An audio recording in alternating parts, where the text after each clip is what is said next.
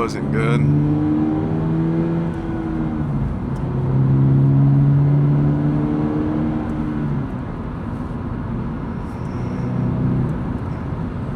Yeah, I smelled something burning back there, dude. I don't think it was my car, but if it was my car, it was definitely my tires. But I don't smell anything now, so I guess I'm chilling. When I get to the gym, I'll hop out and like give it a whiff. I'll make sure not to look sus while I do that.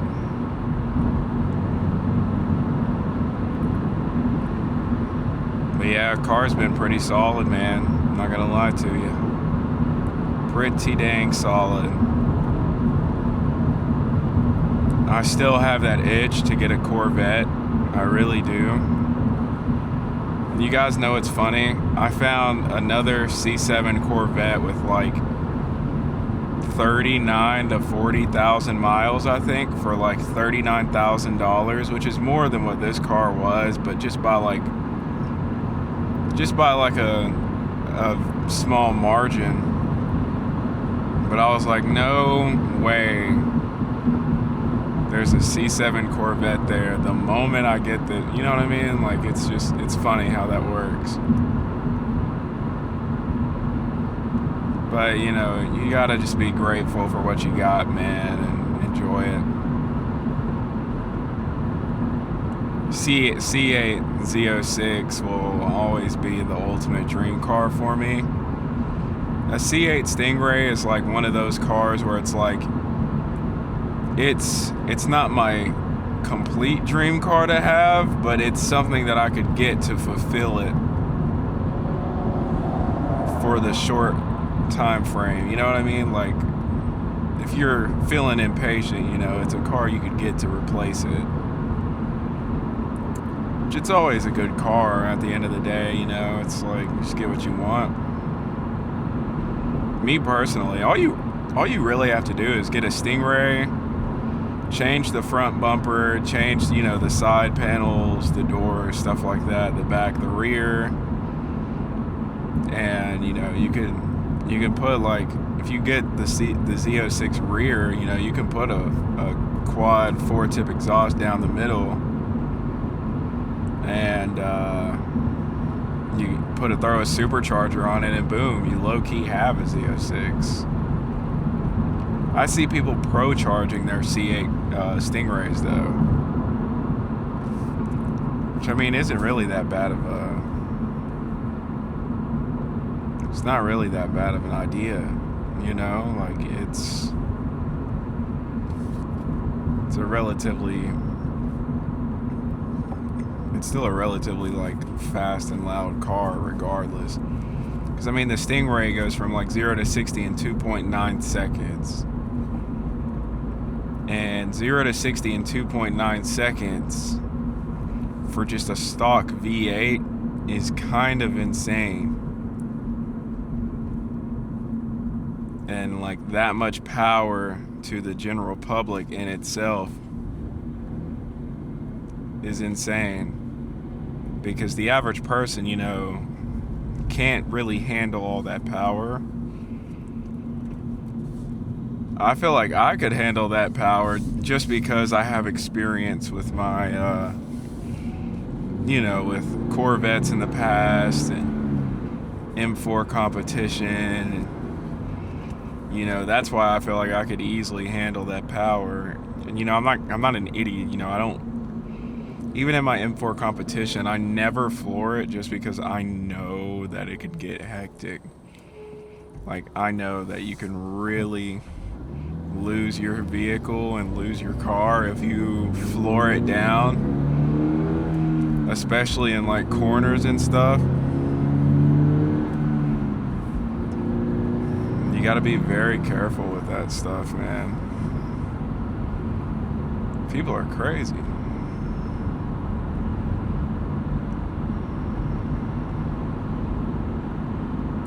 Yeah, man, I'm not sure what that smell is. I hope it's not my car, considering I just got this car. Like, if this thing is about to die on me, that's a little intense.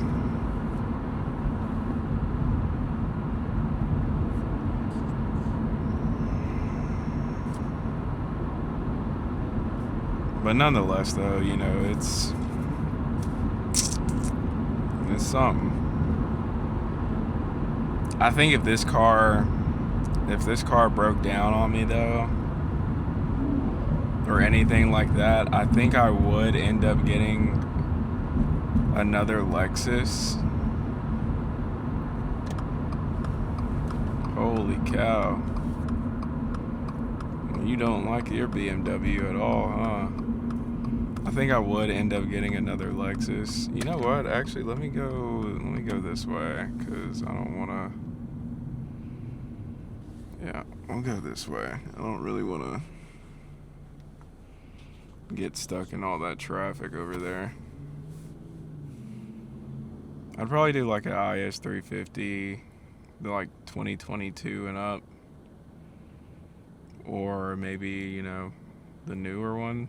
The new one looks pretty solid. Well, that technology, though, isn't really the best. But it's just options, you know. Just options at the end of the day. For a daily driver. Can never go wrong with a Lexus, though.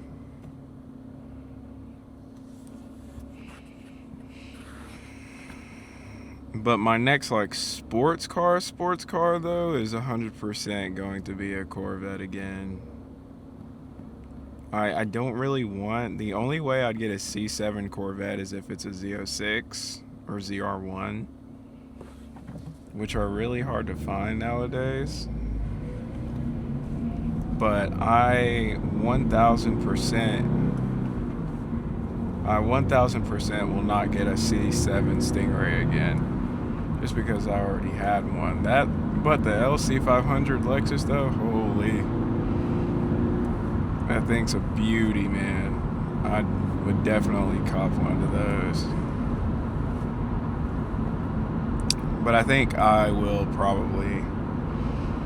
The only Stingray I'd get is a C8 Stingray, even though I want a Z06, but it's still cool and holds street presence, so... You can always mod it out, make it sound ridiculous. Z06s are so cool. I saw they're dropping in price, though. I saw a Z06, low mileage, you know, like $13,000, about 13,000 miles. 13,000 miles. Gosh, I can't speak. My brain is just like, I think ahead before I speak. So by the time I'm talking, you know, I've already said what I wanted to say in my brain. But, you know, it was like a $90,000 Corvette Z06, and I was like, what the heck? Because, you know, normally they're like $120,000, $30,000, $40,000 vehicles. But I guess, you know, if you get them used now, you can really finesse the system and just get it for cheap. Cheaper, I should say. It's not cheap, and you get the idea. But I think that's probably something I'll indulge in later on.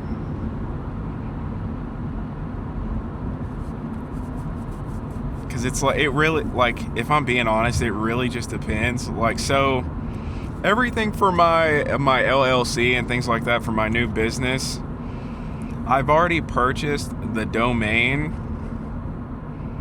I've already, like, purchased my domain and everything. I just don't have the actual LLC in itself formed. But I have sent off the name registration to basically get rights to that name if it's there, just to see if it's available and things like that. And, you know, once I get that mail back from the Secretary of State that it is available, then I will send out my LLC. I'll have to do a virtual business address, probably rent out a building somewhere around here, or maybe deeper in the city, and that'll be my designated work spot, man. And we'll register the LLC and just go from there, and then work on getting it built up and launch the business. It'll be fun, man. It's a process. I haven't worked on it in about a week, though. just because I've been having to, the only thing I did was like do the domain and send off the thing for the registration name, but right now I'm just kind of waiting to see if the name's available, things like that, so I can get the LLC.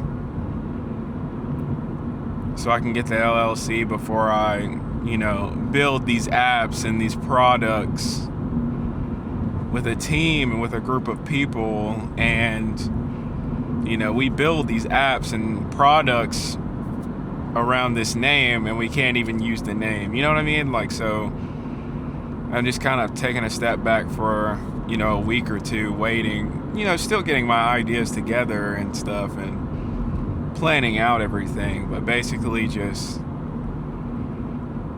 kind of making sure that we can use this name before we send it off and get everything going. But I am excited for that, though. It's always a fun process building something new. I will say this. I will say that one of the products, one of the apps, I should say, that I'm creating is a highly like saturated app platform that's like, there's hundreds of them probably, like, or I should say hundreds, like probably like 50 of these apps that are created, and I mean, I'm sure new ones are created all the time, but it's just something that I wanted to build for myself to where I could have it the way I want it, so I can genuinely like use it easily throughout my life, and it'll be easier for me and simpler to understand, easy management, things like that. But all the other stuff, that's a different story. The other apps that I have planned are like these two. I feel like are going to be like heavy hitters, like big apps. Like I feel like they're going to be really, really big apps, and I'm super excited for these. But the one I'm talking about is really just for me, if I'm being honest. And if people want it, want to use it, they can use it. It'll be a free application. Probably just run ads there and run ads on the thing, and you can pay to not have ads, blah blah blah. But that's just my thought process on it. But it'll be fun. It'll be a huge process. It's gonna take some time. I'm hoping to launch the business by summer of next year. I'm taking a whole week off though, and some change this year around the holidays in December. I'm not traveling this year anywhere. I'm just really, I might travel, but if I do travel, I'm just gonna take that whole week to really work on the business with my team that I'm gonna hire, and really build that foundation on these applications and get it ready for launch and things like that. So it's going to be a huge investment. Hence why, I was talking about maybe selling my M4 comp, just because I want to pour so much money into this business, and these apps and platforms, and I have to pay these people, things like that, and that's why I'm contemplating if I want to sell the M4, or do I just want to keep it and maybe like just hope for the best that my products and my business takes off. But if it doesn't take off immediately, then I would sell my M4 comp and just pay my people for a little while for the things, and pay for what I need and stuff done, and really focus on the business and things like that with the money I get. So that's just a thought process, but hopefully by that time though I won't have to do that. That's what I'm really banking on, because I do, you know, whenever I get my products from my eBay store, I am banking on that doing well to where I won't have to potentially sell my M4, just to like really help with the funding of this business. Might take out a business loan, who knows, but then I don't want that to come from my personal assets. So, you know, it's a big process, a big thing you got to think about. You know, it's a risk, but it's a risk I'm willing to take for that financial freedom. So I hope y'all enjoyed the video. Leave a like, subscribe, turn that bell on for notifications, and I'll see y'all on the next one. Peace out.